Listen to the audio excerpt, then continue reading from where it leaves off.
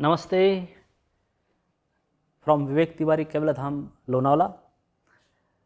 Today we are going to discuss, we are going to practice asana and pranayam for digestion. Let us start with prayer first. Hands in Namaskar Mudra. Inhale. Sahana vavatu sahanau bhunaktu sahaviryam karavavahai tejasvinavadhitamastu ma vidvishamvahai. Om Shanti Shanti Shanti.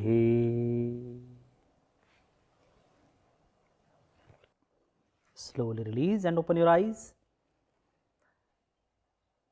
So, yoga for digestion. Nowadays, because of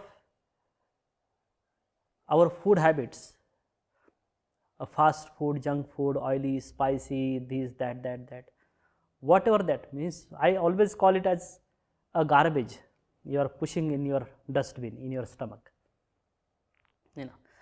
So, because of which we have different digestive disorders. So, that is why instead of saying a digestive system, now it has become indigestive system. So, to stimulate your digestion properly, to maintain your health properly, because all the other problems, be it headache, be it diabetes or high blood pressure, cholesterol, this, that, all the root cause of all those problems is your food, your digestion. So, if your digestion is happening properly, especially your chemical digestion is happening properly, then you won't have any problems in the future. So, stimulation of your digestive system, digestive organs is necessary, and for that we have some particular practices, especially the asana practices or pranayam practices, which are creating pressure on the abdomen and stimulating all the internal organs of the abdominal region, which are responsible for the digestion. That means kidneys, pancreas, liver, intestine, those are the internal organs which are involved in our digestion process. So, let us start with asana practices. We have Dharini with us. So, now Dharini, please lie down on the back first.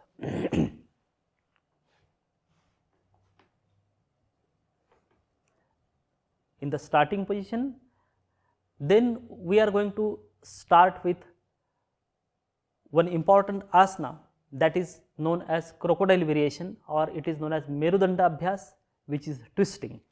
Spreading your hands at the shoulder level, palms facing down. There are different variations, crocodile variations. Out of them, we are going to practice one. Bending at both knees, then take your knees to the chest like Pavan Muktasana, keeping them together. Knees, heels and toes are together.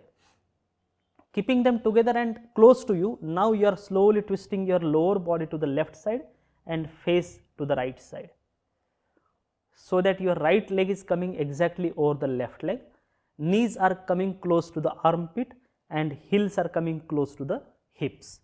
So, this is known as crocodile variation or Merudanda Abhyas. It is one of the variations, because all the twisting asanas, and now in this asana it is creating more pressure on the abdomen and twisting is also happening, because of which especially your pancreatic functions and liver functions are getting stimulated. Because of the pressure, the peristalsis movement of the intestine is getting stimulated, which is responsible for your proper digestion and elimination also. Then slowly come back, keeping your knees together together and close to you, and then proceed from the other side. So, as I told you that we have to practice the counter balance also. So, from the other side. In this way, it is stimulating your digestive system. So, people suffering from indigestion, constipation, hyperacidity, okay, gases problem, for them these crocodile variations are very effective, very beneficial and good for diabetes management also. After maintaining for certain time period, then you can come back again in center, release your legs, release your hands and take rest. There are other variations in which you can bend at one leg, then you lift your one leg, lifting both legs. In this way there are different crocodile variations. Because of the time limit, I am introducing only one variation, but benefits are the same. After taking rest, now the next practice which is known as Pavan Muktasana. The name of the practice is shows the effect. Pavan Muktasana, wind releasing or gas releasing pose. So because of the indigestion, when the elimination is not happening properly, or because of the constipation, elimination is not happening properly, that time the gases are created. Then your gases problem, then because of which you have the pain in the abdomen, uncomfort in the abdomen. So it will release the gases immediately. Pavan Muktasana, in which again coming to the starting position, bending at both knees together, then take your knees to the chest.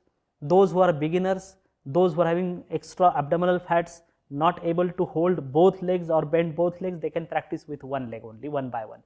Now hug your knees with your hands, pressing thighs on the abdomen. So because of the pressure of the thighs on the abdomen, then it stimulates all the internal organs of the abdominal region. And then slowly you lift your upper body, head, neck, shoulders, upper back, upper thoracic flexion, and try to bring your knees and face close to each other, so that it will create more pressure on the abdomen.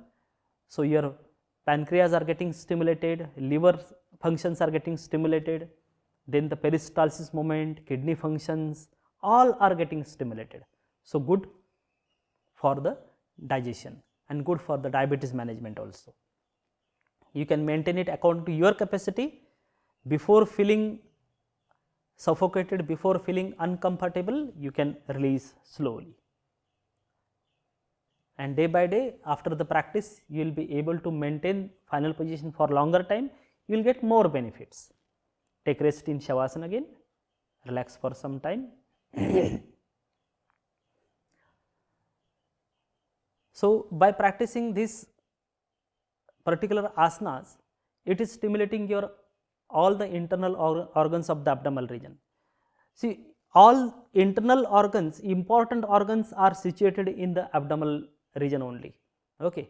So that is why this area, abdominal region, is very important area to work out on it. So you need to work out with your abs, your abdominal muscles should be stronger enough, then your digestive system should be working properly. For that, practicing such kinds of asanas are necessary, and especially nowadays because of our food habits and working habits. Now get ready again, then we will come in a prone lying position. Directly we are going for the practice of Sarpasana, means Bhujangasana with the support of the hands, in which your palms are by the sides of the chest, elbows are pointed up, then squeeze your buttocks and back thighs so that your center bone, pubic bone will be anchored down, thighs are anchored down.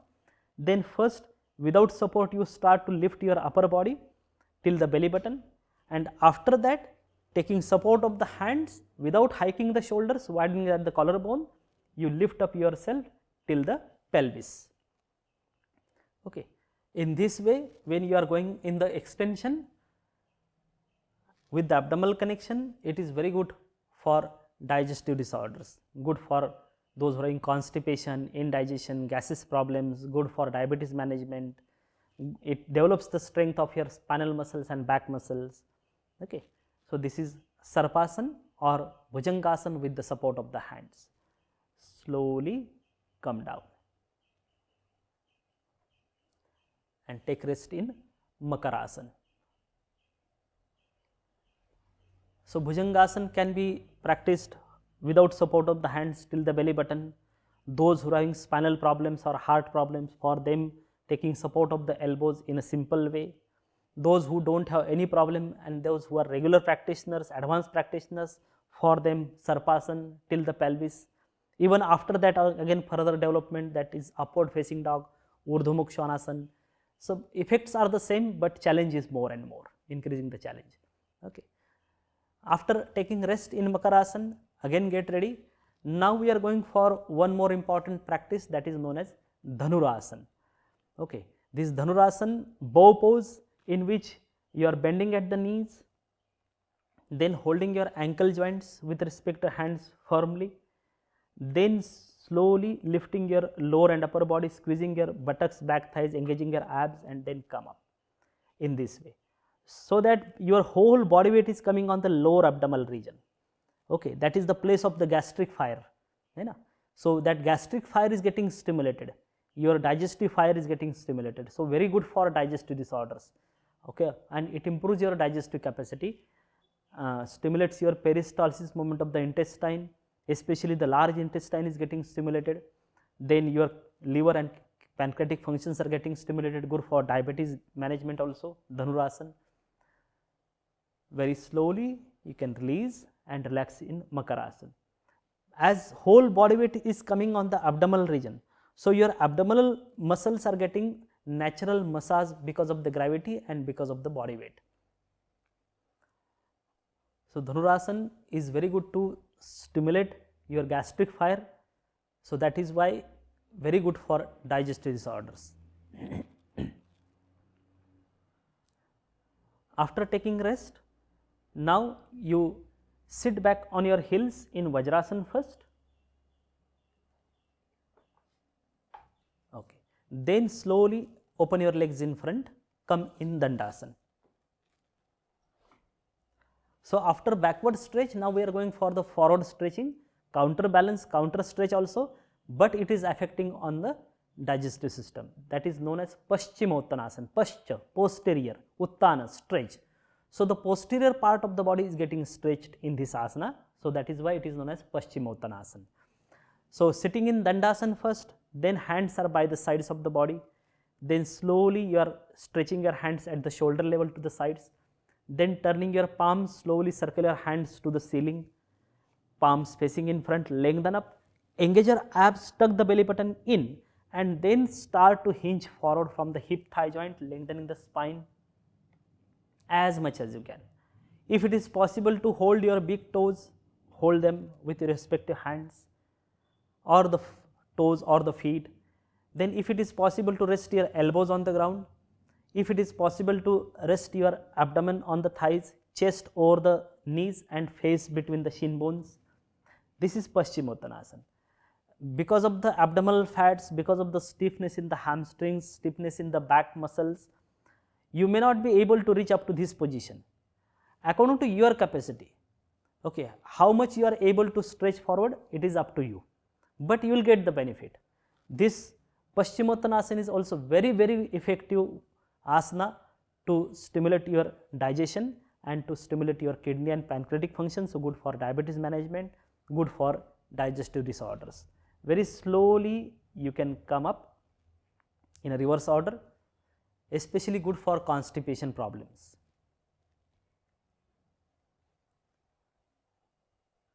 Breathing should continue. You don't have to hold your breath in any asana. That is important. Take rest in sitting for some time.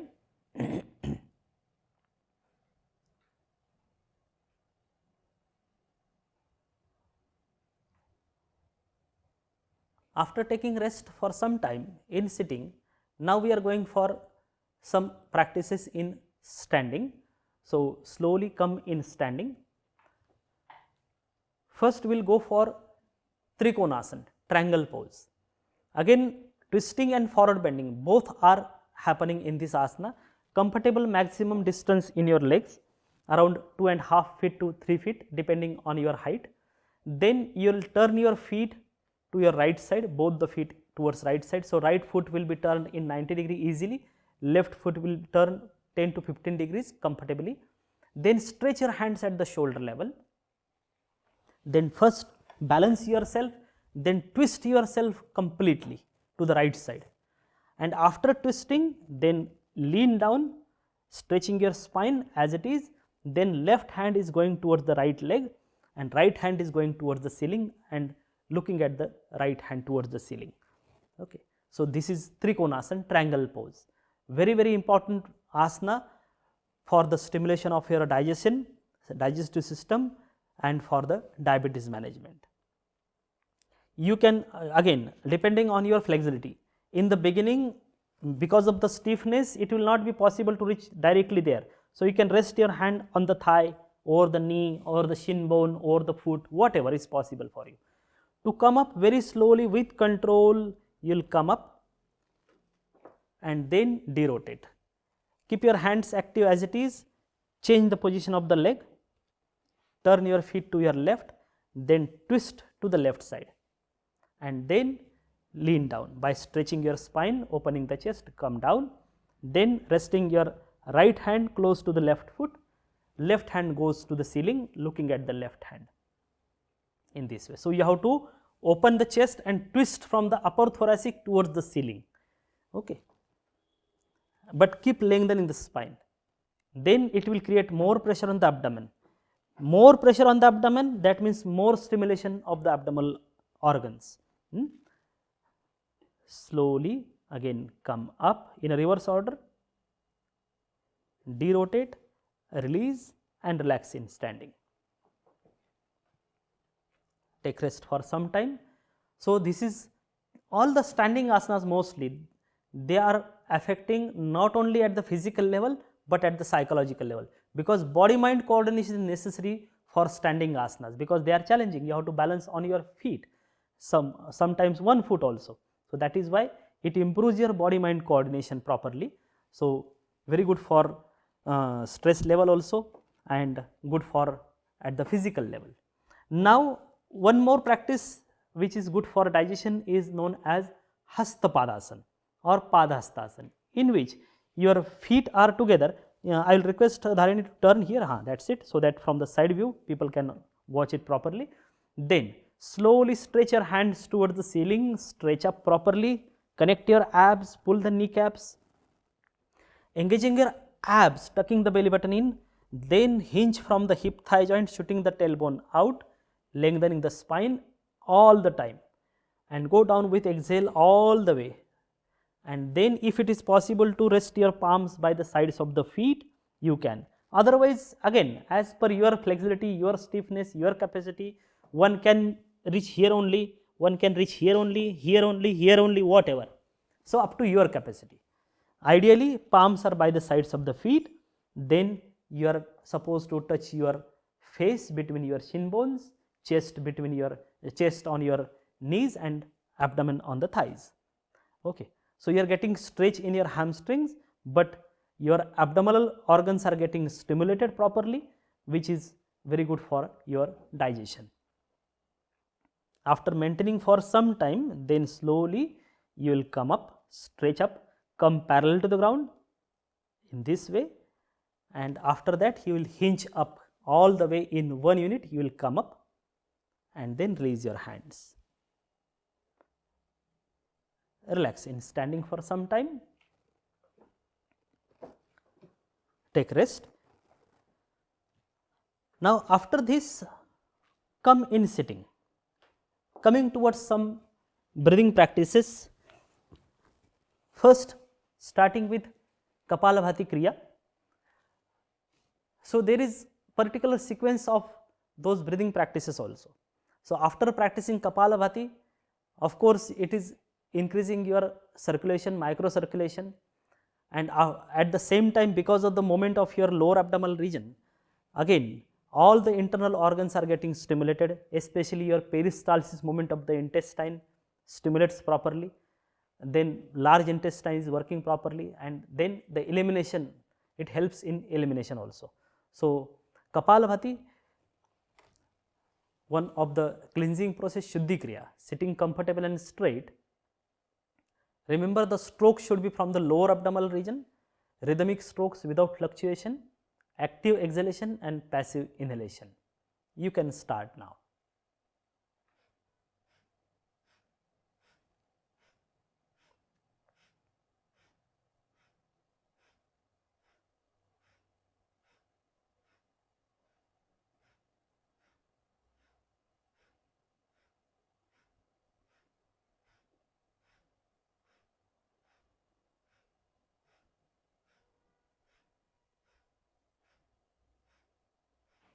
Please stop, take rest, let the breathing become normal. As immediately after Kapalabhati, your breathing process stops for some time, few seconds. That is the natural pause in your breath. After few seconds, your breathing will start at its own naturally.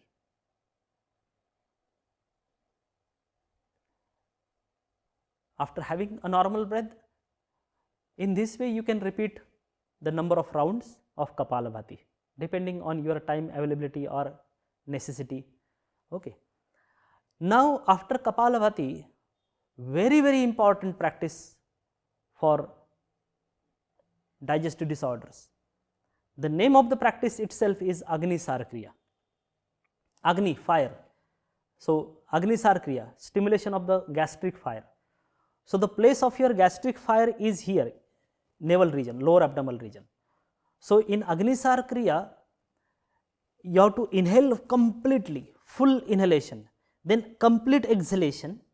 After complete exhalation, you are supposed to hold the breath out, Bahya Kumbhak, and after retention your breath out, you are supposed to keep your abdominal muscles tight and maintaining that abdominal muscles as it is tight, abdominal wall as it is tight, you are supposed to push it out and take it in, push it out, take it in this way without breathing, holding the breath out.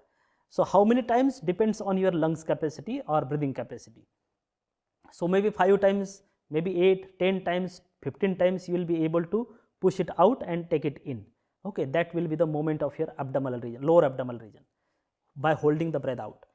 Before feeling suffocated, you will stop, inhale, take a normal breath, relax for some time with the normal breathing, again exhale, inhale and exhale completely and go for the next round. In this way, we will practice 3 rounds of Agni Sarkriya. Okay. So, ideally this Kriya is done in standing. So, I will request Dharin to come in standing. Of course, this should be done with empty stomach. So, taking comfortable distance in the legs, then first you will inhale completely, then with forward bending you will exhale, bending at the knees, pressing palms on the thighs or knees, and then see the abdominal wall is tight and then bulging it out and then taking it in, out and in, this one. How many times? So, before suffocation, you will inhale, take rest for some time with the normal breathing, relax for some time. So, in this Kriya, actually what is happening, all the abdominal muscles, your TA, transverse abdominis, your internal obliques, external obliques, RA, rectus abdominis, all those muscles are rubbing on each other. Because of that friction of those muscles, the heat is generated. Okay. So, in this way, it is stimulating your gastric fire. Your Manipur chakra is getting stimulated, getting activated in this Kriya. More out, more out.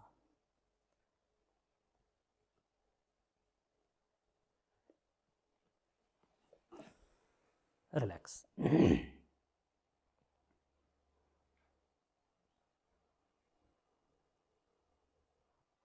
In case of high blood pressure, then heart problems, recently operated condition of the stomach or any abdominal operations, please avoid this Kriya. For the ladies, for girls, during menstruation or during pregnancy, please do not practice it. One more chance.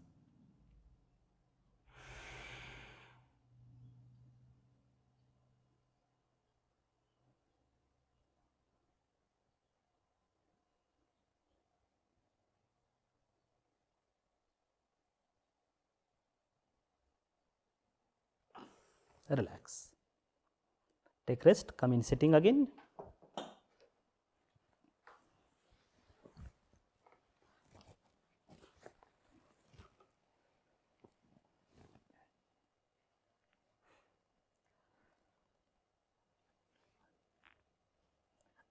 Hyperacidity is also one of the big problem related to digestion. Okay. So, for that we have some cooling pranayam. We have practiced in other videos, we have practiced some other pranayam, heat generating pranayam like Surya Bhadan pranayam. For digestion or for hyperacidity, cooling pranayam, that is Shitali or Sitkari pranayam, is also very important pranayam. So, before that we have one more pranayam known as Bhastrika pranayam, in which the traditional type of Bhastrika, in which 20 strokes of Kapalabhati and immediately after that one round of Surya Bhadan, that is traditional Bhastrika, that is also very good. But because of the time limit, we will skip that pranayam and we are directly practicing Shitali or Sitkari pranayam. In Shitali, if you are able to fold the sides of the tongue and make the tube of the tongue like this, then you can practice Shitali pranayam.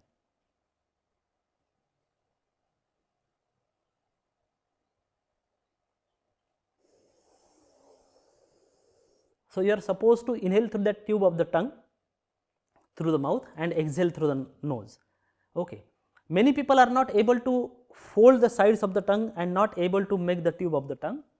For them, either using the pencil or pen, putting it on the tongue and then fold the sides, that can be done, or best way you can practice other pranayam, that is known as Sitkari pranayam, in which you are going to produce the C sound, means you are closing your jaws, teeth on each other, your tongue will be against your teeth from inside, and then you are inhaling from the sides and top of the tongue like this, and then exhale through the nose. Okay. Exhalation time is double always for every pranayam in this way. Now, she is able to fold the tongue, so I will request Dharini to perform Shitali pranayam, 3 rounds of Shitali pranayam.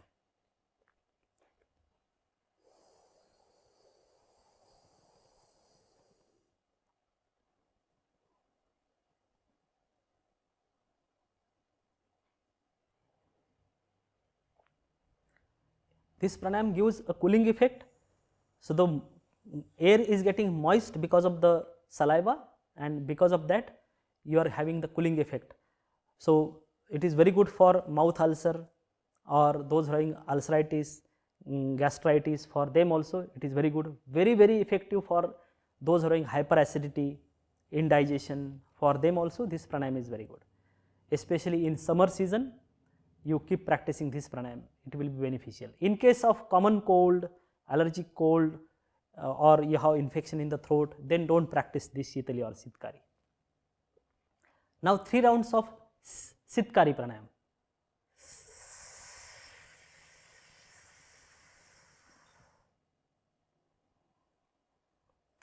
This Sitkari pranayam is just like when you drink a hot coffee or a tea and you burn your tongue, or when you eat a chili and you burn your tongue, that time immediately you, what you do, in that way, the same pranayam.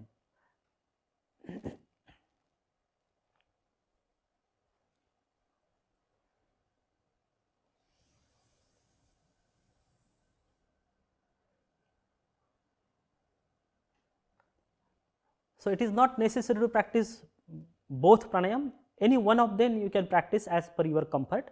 Okay. So, this is very good for hyperacidity or digestive disorder, Shitali or Sitkari pranayam. So, thank you for watching this video, and I request you all to keep watching this channel, this video, and in the future we will be in front of you with different videos also on different topics. I am very thankful to Kaivalyadhama Yoga Institute, then Heartfulness and Yoga4unity for organizing this countdown to International Yoga Day 2022.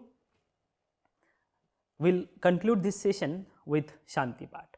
So, hands in Namaskar Mudra, prayer position. Slowly inhale, breathe in. Om Purnamada Purnamidam Purnat Purnamudachyate Purnasya Purnamadaya Purnameva Vasishyate Om Shanti Shanti Shanti.